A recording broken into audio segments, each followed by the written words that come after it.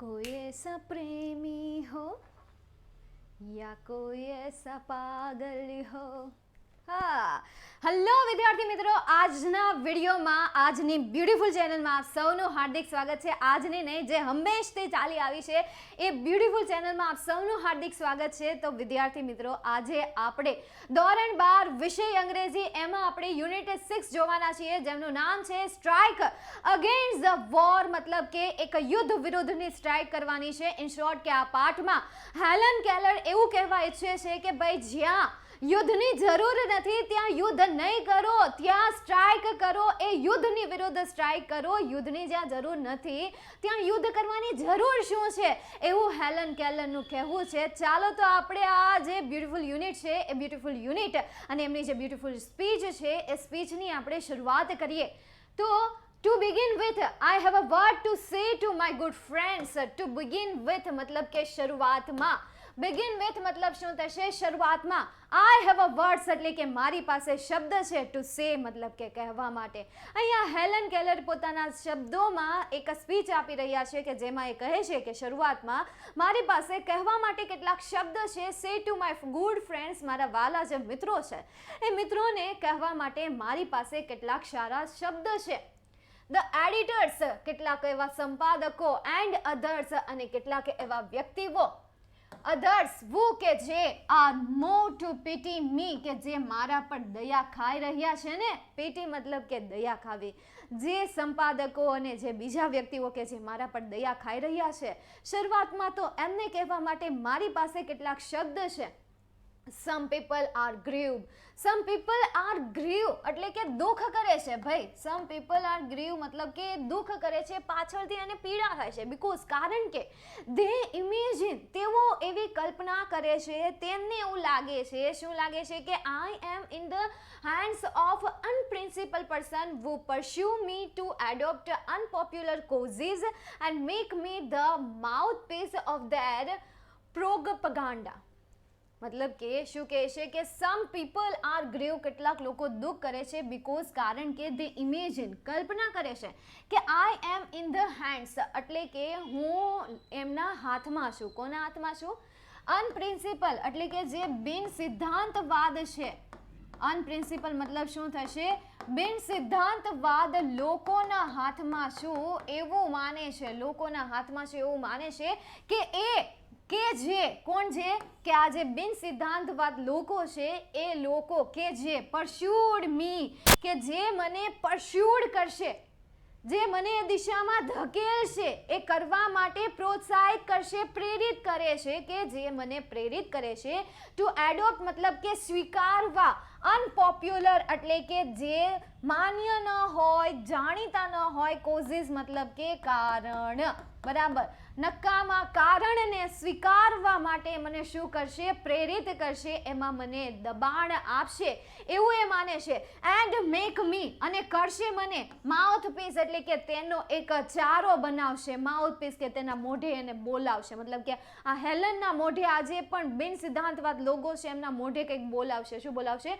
Of their પ્રોપાગાન્ડા, મતલબ કે એમના વિશેના જે પણ કાર્યો છે, બરાબર છે, એમની જે પણ નીતિ છે, એમની જે પણ વ્યવસ્થા છે, એ વ્યવસ્થા એમના મોઢે બોલાવશે અથવા તો એમને એ કરવા માટે પ્રેરિત કરશે એવું વિચારી રહ્યા છે. અને એવું વિચારીને એ મારા પર દયા ખાઈ રહ્યા છે. તો એમને એ કહેવા ઈચ્છે છે, now let it be understood once and for all that I do not want that pity.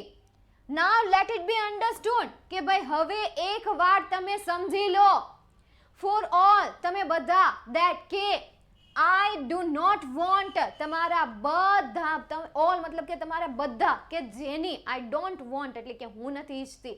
શું? that pity એટલે કે તમારી દયા ભાવનાની મારે કોઈ જરૂર જ નથી. I would not change places with one of them.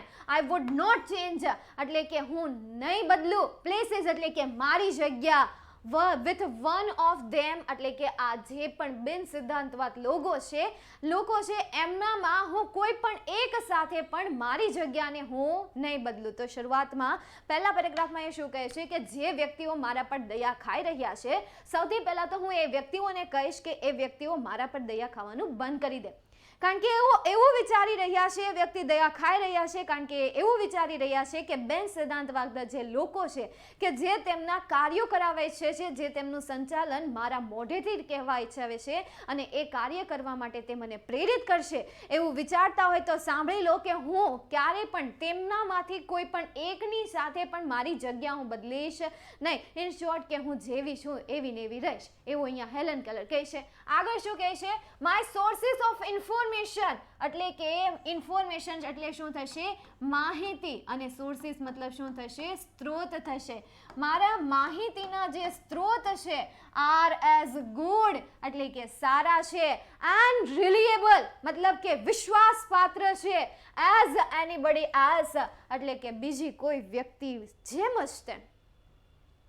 મારા જે માહિતીના જે સ્ત્રોત છે એ પોતે જ્યાંથી માહિતી મેળવે છે એ માહિતીના સ્ત્રોતની વાત કરીએ છીએ કે મારા માહિતીના જે સ્ત્રોત છે એ બીજી કોઈ વ્યક્તિની જેમ જ સારા છે અને વિશ્વાસપાત્ર પણ છે અને ચોક્કસ છે.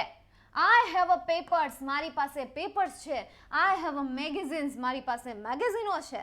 ફ્રોમ ઇંગ્લેન્ડ, ઇંગ્લેન્ડના, ફ્રાન્સના, જર્મનીના, ઓસ્ટ્રિયાના, that I can read myself, કે જે હું મારી જાતે વાંચી શકું છું. Not all the editors, બધા સંપાદકો I have met કે જેને હું મળી છું can do that.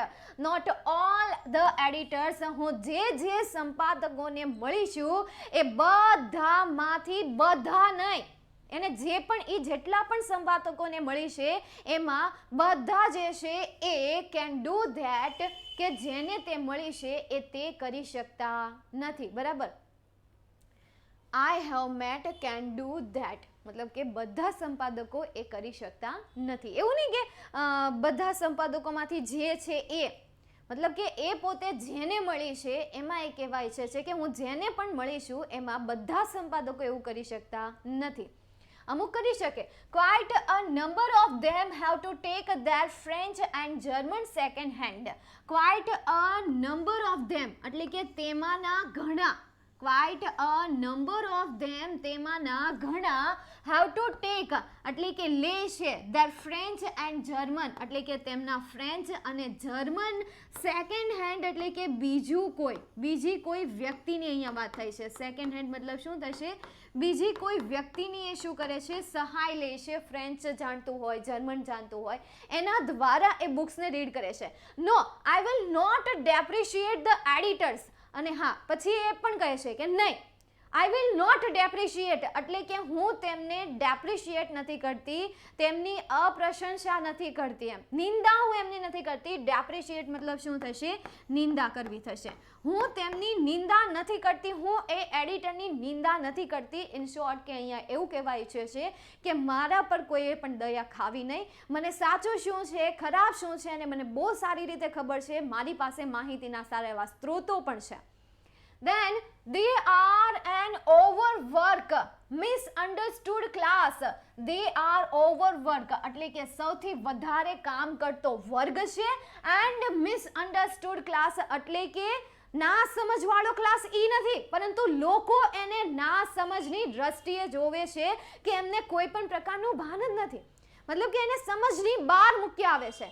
એટલે અહીંયા હેલન કેલર જે છે આ જે મિસઅન્ડરસ્ટુડ ક્લાસ જે છે વર્ડ યુઝ કર્યો છે એક પોઝિટિવ થિંગ માટે જ યુઝ કરેલો છે કે જે વર્ગ છે એ આ દુનિયાથી એકદમ ના સમજની દુનિયામાં આવે છે, એની પાસે સમજદારી નો ડાઉટ છે. હવે એ પણ કહેશે ક્લિયરલી, લેટ ધેમ રિમેમ્બર, ચાલો તેમને આપણે યાદ કરાવીએ, that if I cannot see the fire at end their cigarettes, that કે જો, if એટલે કે if મતલબ અહીંયા that મતલબ કે અને if મતલબ કે જો, I cannot see એટલે કે હું ન જોઈ શકતી હોય, the fire એટલે કે આગ, at the end of that cigarette મતલબ કે તેમના સિગારેટની જે ફાયર છે, એમના અંતની જે આગ છે એ આગને જો હું ન જોઈ શકતી હોઉં તો neither can they thread a needle in the dark, તો તેઓ પણ થ્રેડ એટલે કે પોરવી નથી શકતા, a needle એટલે કે સોયનું જે કાણું છે ને એ કાણાને પોરવી નથી શકતા, in the dark એટલે કે અંધારામાં. ભાઈ આ તો વાત સાચી કીધી છે કે જો હું એમના સિગરેટની પાછળની જે પણ અગ્નિ છે, અગ્નિને જો હું ન જોઈ શકતી હોય તો એ પણ અંધારામાં સોયનું નાકું નથી પોરવી શકતા. આવું એક સંદીપ મહેશ્વરીએ કહ્યું હતું સેન્ટેન્સ પોતાના મોટિવેશન સેશનમાં કે જરૂરી નથી કે તમે બધા ક્ષેત્રમાં પરફેક્ટ બનો. No one is perfect in this planet, no one is perfect in this on the earth. આ પૃથ્વી પણ કોઈ પણ પરફેક્ટ નથી, પણ દરેક વ્યક્તિ પાસે પોતાનું એક ટેલેન્ટ હોય છે, પોતાનું એક પેશન હોય છે કે જેમાં એ બધાના બાપ હોય છે કે નહીં. અને એમણે એ બહુ સારી વાત કરી હશે. અને અહીંયા પણ હેલન કેલર એ જ કહે છે કે જો હું આ કાર્ય નથી કરી શકતી તો એ પણ એ કાર્ય નથી કરી શકતા. એમની પાસે પણ એવી ક્ષમતા નથી. Then all I ask, gentlemen, is a fair field and no favor. All I ask, હું બધાને પૂછું છું, gentlemen, is a fair field. આ એક ફેર ફિલ્ડ છે, યોગ્ય ક્ષેત્ર છે કે જે સમાનતાનું ક્ષેત્ર છે.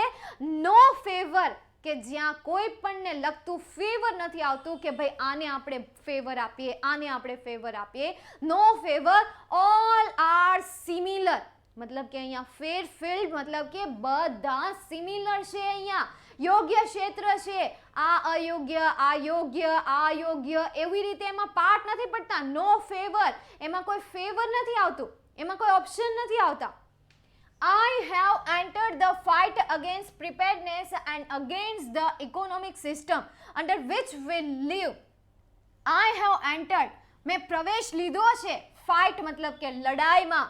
અગેન્સ્ટ પ્રિપેરનેસ એટલે કે જે પૂર્વ તૈયારી છે એ પૂર્વ તૈયારીની વિરુદ્ધમાં મેં અહીંયા પ્રવેશ મેળવ્યો છે. જે યુદ્ધની પૂર્વ તૈયારી ચાલી રહી છે, સિસ્ટમની જે પૂર્વ તૈયારી ચાલી રહી છે, એ પૂર્વ તૈયારીઓની વિરુદ્ધમાં હું અહીંયા સ્પીચ દેવા માટે ઊભી છું. હું અહીંયા એમના વિરોધમાં ઊભી છું. એન્ડ અગેન્સ્ટ, અને સાથે સાથે ની વિરુદ્ધમાં. કોની વિરુદ્ધમાં? ઇકોનોમિક સિસ્ટમ એટલે કે આપણી જે આર્થિક પદ્ધતિ છે એ આર્થિક પદ્ધતિની વિરુદ્ધમાં હું ઊભી રહેવા માટે અહીંયા આવી છું. ભાઈ ગ્રેટ એમનામાં એક સ્પિરિટ હતી અને એમની જે મનોબળ હતું એ પણ એક દૃઢ હતું, નિશ્ચય હતું. સારું હતું એમનું જે પણ હતું એ કે ભાઈ એ અહીંયા અર્થતંત્રની જે પણ પદ્ધતિ છે એમની વિરુદ્ધમાં એ અહીંયા ઊભી હતી. અંડર વિચ વી લીવ, કે જેમાં આપણે રહીએ છીએ. જે આર્થિક પદ્ધતિમાં આપણે રહીએ છીએ એ આર્થિક પદ્ધતિની વિરુદ્ધમાં અને સાથે સાથે જે યુદ્ધની તૈયારી ચાલી રહી છે, પૂર્વ તૈયારીઓ ચાલી રહી છે, એમની વિરુદ્ધમાં અહીંયા આવી હતી. It is to be a fight to the finish and I ask no quarter. It is to be a fight to the finish. I ask no quarter. That means કે આ એક ક્યાંક ને ક્યાંક આઈડન્સ છે કે જેમાં કહે છે હું અહીંયા લડીને જ રહીશ અને એને પૂરું કરીને જ લઈશ, by hook or by crook. પછી ભલે એમાં મારા મૃત્યુના છેલ્લા શ્વાસ આવી જાય એટલે હું આ યુદ્ધને ગમે એમ કરીને પૂરું કરીને જ રહીશ. Next, all the machinery of the system has been set in motion. all the machinery એટલે કે યુદ્ધ માટેના જેટલા પણ મશીન છે ને એ મશીન ઓફ સિસ્ટમ એટલે કે પદ્ધતિના has been set એટલે કે તૈયાર થઈ ગયા છે. મોશન એટલે કે ગતિમાં. ભાઈ યુદ્ધના માટેના જેટલા પણ મશીન છે એ મશીન પોતાની ક્રિયાને ચાલુ કરવા માટે તૈયારીમાં ગોઠવાઈ જ ગયા છે, સેટ થઈ ગયા છે એમાં. Above the complaint and din of the protest from the workers is heard the voice of authority. Friends, it says, fellow workmen, patriots, your country is in danger. Above the complaint and din of the protest મતલબ કે આપણે હજી ફરિયાદ કરીએ એ પહેલા, complaint મતલબ શું થશે? ફરિયાદ કરીએ એ પહેલા અથવા તો એમની ઉપર, નોટ પહેલા, એમની ઉપર, કમ્પ્લેન્ટની ઉપર. એન્ડ ડીન ઓફ પ્રોટેસ્ટ અને વિરોધ માટેની જે માંગણી છે, વિરોધ માટેનો જે અવાજ છે, વિરોધ માટેનો જે અવાજ છે ફ્રોમ ધ વર્કર્સ કે જે કામદારો તરફથી વિરોધ માટેનો જે અવાજ છે, ફરિયાદ જે છે એ ફરિયાદ ઉપર હર્ડ એટલે કે સંભળાય છે, ધ વોઇસ એટલે કે અવાજ ઓફ ઓથોરિટી એટલે કે સત્તાનો અવાજ સંભળાય છે. કામદારોને જે ફરિયાદનો અવાજ છે, એમની જે ફરિયાદ છે એ ફરિયાદની ઉપર આ સત્તાનો અવાજ સંભળાય છે, મતલબ કે એમનો અવાજ દબાઈ જાય છે, નીચે દટાઈ જાય છે, એમનો અવાજ ત્યાં સુધી પહોંચતો જ નથી. અને એ અવાજ શું કહે છે? ઇટ સેઝ, મતલબ કે એ અવાજ શું કહે છે? ફ્રેન્ડ્સ, મિત્રો, ફેલો વર્કમેન એટલે કે સાથી, કામદારો. ફેલો વર્કમેન મતલબ શું થશે? સાથી, અને વર્કમેન મતલબ કે કામદારો. સાથી, કામદારો, પેટ્રિયટ્સ, દેશના ભક્તો, યોર કન્ટ્રી એટલે કે તમારો દેશ ઇઝ ઇન ડેન્જર એટલે કે ખતરામાં છે. એમના આ અવાજ ઉપર જ્યારે પણ કામદારો એમના કામની ફરિયાદમાં અથવા તો એમની જે પણ કમ્પ્લેન્ટ છે, એમની વિરુદ્ધનો જે અવાજ છે, એ અવાજ ઉપર સત્તાનો કંઈક આવો અવાજ છે કે મિત્રો, દેશના સાથી કામદારો અને દેશભક્તો, આપણો દેશ ખતરામાં છે. એટલે એમની ફરિયાદ એમના સુધી પહોંચતી જ નથી. આ આખું એક હેલન કેલર જે છે એમની સ્પીચનો એક પાર્ટ છે. Then there are foes on all side of us. એ અવાજ શું છે કહે છે કે there are foes મતલબ કે દુશ્મનો છે. on all sides of us, આપણી દરેક બાજુએ આપણા દુશ્મનો છે. there is nothing between us. ત્યાં આપણી અને આપણા દુશ્મનો વચ્ચે કંઈ પણ એવું નથી except the Pacific Ocean and Atlantic Ocean. Pacific સમુદ્ર અને એટલાન્ટિક સમુદ્ર સિવાય આપણી અને દુશ્મનો વચ્ચે બીજું કંઈ નથી. એટલે આપણો દેશ ખતરામાં છે કે જેનાથી આપણા દેશને રક્ષણ મળે એવું કોઈ વસ્તુ આપણા દેશની અને દુશ્મનોની વચ્ચે છે નહીં. ત્યારબાદ look at what was happened to Belgium considered the fate of Serbia. look at, જોવો, what has happened, શું થયું, the Belgium એટલે કે બેલ્જિયમ સાથે શું થયું એ તરફ તમારે દ્રષ્ટિ નાખવાની છે. એવું તમને અહીંયા ફોર્સ કરવામાં આવે છે, એવું અહીંયા વર્કમેન જે પણ કામદારો છે એ કામદારોને કહેવામાં આવે છે, જણાવવામાં આવે છે. કન્સિડર અને સાથે સાથે ધ્યાનમાં રાખજો, ધ ફેટ મતલબ કે નસીબ. કોના નસીબ? સિર્બિયાના નસીબને, કે એમની શું હાલત થઈ હતી, એમના નસીબ પર કેવું પાણી ફરી વળ્યું હતું, એમના નસીબને અને સાથે સાથે બેલ્જિયમ સાથે શું થયું હતું એ બાબતને ધ્યાનમાં રાખજો. Will you murmur about low wages when your country, your very liberty are in danger? Will you murmur? મરમર મતલબ કે બણબણ કરશો તમે. એટલે કે જ્યારે આ ફરિયાદનો અવાજ આવે છે ત્યારે એ એમના ઉપર આ વાત રાખે છે અને કહે છે કે તમે બણબણ કરશો અબાઉટ લો વેજીસ એટલે કે તમારા ઓછા વેતન માટે. વેજીસ મતલબ શું થશે? વેતન. તમારા ઓછા વેતન માટે. વેન યોર કન્ટ્રી, જ્યારે તમારો દેશ, યોર વેરી લિબર્ટીઝ મતલબ કે તમારી જ્યારે આ સ્વતંત્રતા છે, તમારી આ સ્વતંત્રતા આર ઇન ડેન્જર એટલે કે ખતરામાં છે. તમારો દેશ અને તમારી સ્વતંત્રતા જ્યારે ખતરામાં છે, શું ત્યારે તમે તમારા ઓછા વેતન માટે બળબણ કરશો? મતલબ કે ઇમોશનલી એમના પર ટોર્ચર થઈ રહ્યું છે, એમને તૈયાર કરવામાં આવ્યા છે અને કહે છે what are the miseries you endure compared to the humiliation of having victories German army sail up the East River. What are the miseries મતલબ કે શું રહસ્ય છે? યુ એન્ડોર મતલબ કે તમે જે સહન કરી રહ્યા છો એની કમ્પેરિઝનમાં to humiliation of having a victories મતલબ કે આપણી માનવતા પર વિજેતા મેળવે છે. વિક્ટરી મતલબ શું થશે? વિજેતા મેળવે છે German army sail up the East River. East રિવરની સેલ અપ એટલે કે સવારી કરીને અથવા તો પ્રવાસ કરીને, બરાબર, સવારી કરીને અથવા તો પ્રવાસ કરીને અથવા તો તરીને, બરાબર, ઈસ્ટ નદીને તરીને જે જર્મન આર્મી આપણી હ્યુમિનિટી પર જે વિજેતા મેળવશે એની કમ્પેરિઝનમાં તમે શું સહન કરી રહ્યા છો? વોટ મતલબ કે શું સહન કરી રહ્યા છો? આ બે સવાલ એમને પૂછે છે અને આ રીતે એમને શું કરે છે? લાગણીશીલ કરે છે યાર. અને કામદારો આવી પણ જાય છે, તૈયાર પણ થઈ જાય છે યાર.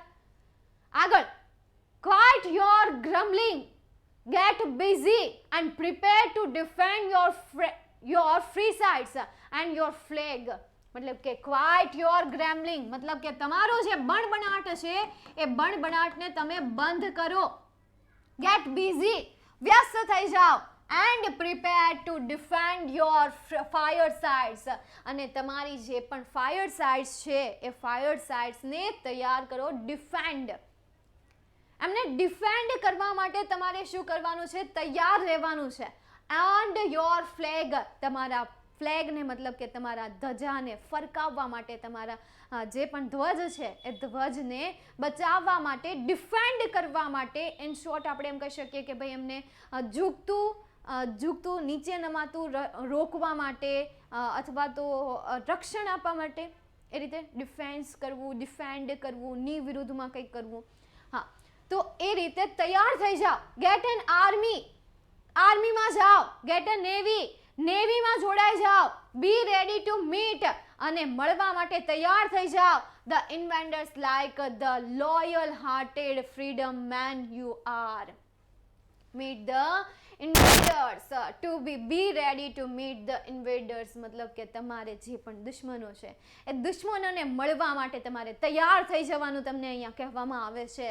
Like a loyal hearted freedom main you are. તમે દેશના સાચા નાગરિક છો. લોયલ હાર્ટેડ મતલબ કે સાચા નાગરિક હોવું. લોયલ મતલબ પ્રામાણિક, વફાદાર, વફાદાર હૃદય. ભાઈ અહીંયા એમ લેવા કે ભાઈ વફાદાર હૃદય, સ્વતંત્ર માણસ છો તમે, એમ નહીં. એનો મતલબ એવું થાય કે તમે દેશના એક વફાદાર નાગરિક તરીકે તમારે દુશ્મનો સામે લડવા માટે તૈયાર થઈ જવાનું છે. એમને મળવા માટે તૈયાર થઈ જાઓ. Will the workers walk into this trap? અને હવે અહીંયા હેલન કેલર એક સવાલ પૂછે છે. ત્યાં જેટલી પણ ઓડિયન્સ છે, શ્રોતાગણ છે, શ્રોતાગણને એ સવાલ પૂછે છે, will the workers, શું કામદારો, walk into this trap, મતલબ કે શું તે આ જાળમાં ફસાઈ જશે? walk into this trap મતલબ કે આ જાળમાં ફસાઈ જશે. ટ્રેપ મતલબ શું થશે? જાળ થશે. will they be fool again, શું ફરીથી તે મૂર્ખ બનશે? ફૂલ મતલબ કે મૂર્ખ, અગેન મતલબ કે ફરીથી. શું ફરીથી તે મૂર્ખ બનશે? આઈ એમ અફ્રેડ સો, મને ડર છે. The people have always been amenable, મતલબ કે to oratory of this sort. The people have always been amenable, મતલબ કે એ to oratory of this sort, આ પ્રકારની વાર્તામાં અથવા તો આ પ્રકારની જે પણ સ્પીચ છે એ સ્પીચમાં એ હંમેશા શું કરે છે? એને માની લે છે. આંખ બંધ કરીને એમના પર એ વિશ્વાસ કરી લે છે, એમાં એ જતી રહે છે. The workers know they have no enemies except their master. Worker, કામદારો જાણે છે કે they have no enemies, એટલે કે તેમના કોઈ દુશ્મન નથી, એક્સેપ્ટ ધેર માસ્ટર, એટલે કે તેમના બોસ સિવાય. કામદારો સારી રીતે જાણે છે કે તેમના માસ્ટર સિવાય બીજા કોઈ પણ તેમના દુશ્મનો નથી. પણ છતાં પણ જ્યારે આવી વાત સાંભળે છે ત્યારે એ એમના જાળામાં ફસાઈ જાય છે અને યુદ્ધ કરવા માટે શું થઈ જાય છે? તૈયાર થઈ જાય છે. તો આ તો પહેલાંની વાત છે. અત્યારે એવું કંઈ નથી. અત્યારે તો સિસ્ટમ સારી છે.